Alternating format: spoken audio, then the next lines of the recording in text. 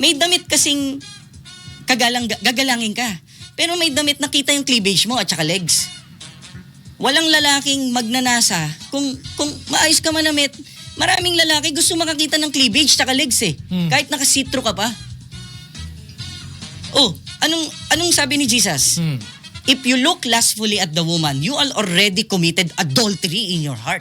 So parang sinasabi mo, yung mga... Tignan mo pala ng babae niya, na nagnanasa ka, parang ginawa mo na yung physical act. Dito sa sinabi niyang, merong damit kasing gagalangin ka, no, there is little truth to that.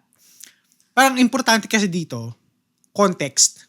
Halimbawa, pupunta ka ng isang job interview, tapos naka-sleeveless ka, o kaya naka-super duper mega micro mini skirt ka, hindi maiiwasan na magkaroon ng judgment towards you.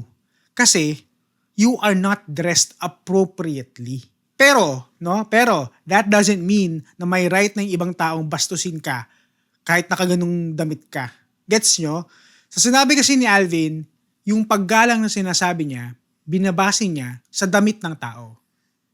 Kailan pa naging requirement ang damit ng isang tao para respetuhin mo siya? Hindi ba dapat you respect the person regardless of what they are wearing? Also, sinabi din niya na according to Jesus, if you look lustfully at a woman, you are already committing adultery in your heart. So, saan ang kasalanan ng babae doon? Kung ikaw, lalaki ka, and you looked at a woman lustfully regardless of who they are or what they're wearing, you've committed adultery in your heart.